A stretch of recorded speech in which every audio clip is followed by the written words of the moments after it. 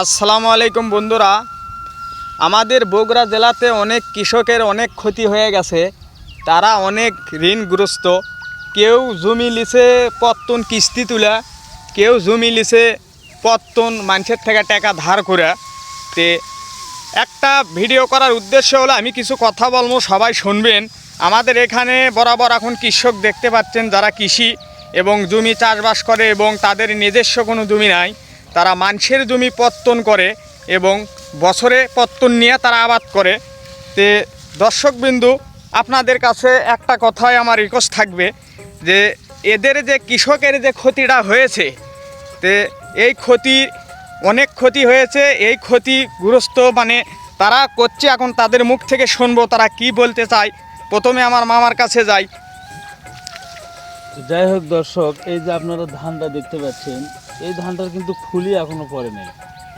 এই ধানটার ফুল পড়ে নাই। যদি ফুল পড়তো তাহলে এটা বান্ধিলে আর কি ভালো হতো, কিন্তু ফুলই পড়ে না। এই ধানটা বাঁধলে আরো ক্ষতি, আরো পোকামাকড় ধরবে, আরো নষ্ট হবে। আচ্ছা, আপনারা এই ধানের ফুল পড়ে নাই মানে পোকামাকড় ধরবে, ক্ষতি হবে। হ্যাঁ। আপনি কৃষক, আপনি এই জমি চাষের কারণে কত টাকা এই রকমের মানে এই ধানটা যে আপনি লাগাইছেন জমিতে, এই লাগানোর থেকে শুরু করে আপনার কত টাকা ঋণ হয়েছে একটু বলবেন? আমার 17,000 টাকা ঋণ হয়েছে। 17,000 টাকা ওষুধের গেছে। 4.5 বিঘা জমি ওষুধ দিছি, সব দামি ওষুধ দিছি আর কি। আর হাল হাল হাল হাল খরচ, জমি ধান লাগানো খরচ, বিছন কেনা খরচ, এই বাবদ বহু টাকা ধরবে গেলে মেলা। আপনি কয় বিঘা জমি চাষ করেছিলেন এই আমনে? 4.5 বিঘা। 4.5 বিঘা। 4.5 বিঘার ভিতর আপনার 4.5 বিঘারই পড়ে গেছে একবার মোট।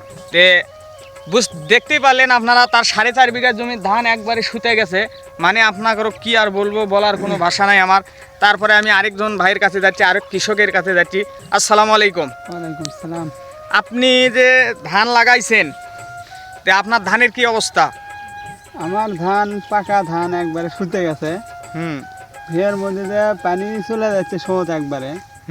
পাকা ধান পরে খুব ক্ষতি হয়ে গেছে। এই ধান এখন এই আবহাওয়ার মধ্যে কাটমো এমন অবস্থা, কাটাও যাচ্ছে না। হ্যাঁ না। আপনার হাতে কি? এই কোদালে যাচ্ছি ভিড় পানিটা নামে দেওয়ার জন্য। পানি কমে গেলে ধানটা কাটা দেবে। আচ্ছা দর্শক শ্রোতা এবং বন্ধুরা, আপনারা শুনতে পারলেন।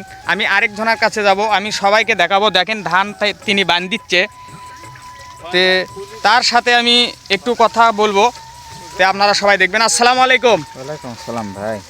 ভাই, আপনি যে ধান বান দিচ্ছেন, কি অবস্থা আপনার ধানের? কি অবস্থা ভাই? আমার কথা বলার কোনো সাধ্য নাই। আল্লাহ পাক যা করে ভালোর জন্য করে, আল্লাহর ওপরে কোনো হাত বাড়ান যাবে না ভাই। আল্লাহ যেভাবে ইচ্ছা সেভাবে ফালাবে, কিন্তু বান্দা আমরা, আল্লাহ যেটা করে সেটা ভালো করবে। কিন্তু আমাকে সাময়িক সময়ের জন্য মনে করেন যে আর্থিক সমস্যা হবে। তাহলে আপনি যে ধান আপনার যে চাষ করছেন, এই জমিগুলো চাষ করছেন, তাহলে আপনার কত টাকা এবং ঋণ করেছেন আপনি? এই মানে জমি লাগানোর থেকে শুরু করে আপনার কত টাকা ঋণ হয়েছে একটু বলবেন? ভাই, আমি 7.5 বিঘা জমি লাগাইছি, সব পত্তন জমি। 20,000 টাকা বিঘা লওয়া আছে। 20,000 টাকা বিঘা আপনি জমি পত্তন গ্রহণ করেছেন? হ্যাঁ। তাহলে আপনার মানে সার ওষুধে কত টাকা খরচ হয়ে গেছে অলরেডি? না হলো ভাই, আমার 20-25 হাজার টাকা খরচ হয়েছে। তো দর্শক শ্রোতা, আপনারা শুনতেই পারলেন তার মুখ থেকে, তার সার ওষুধে 20-25 হাজার টাকা ঋণ হয়ে গেছে এবং 20,000 টাকা বিঘা জমি পত্তন নিয়েছে।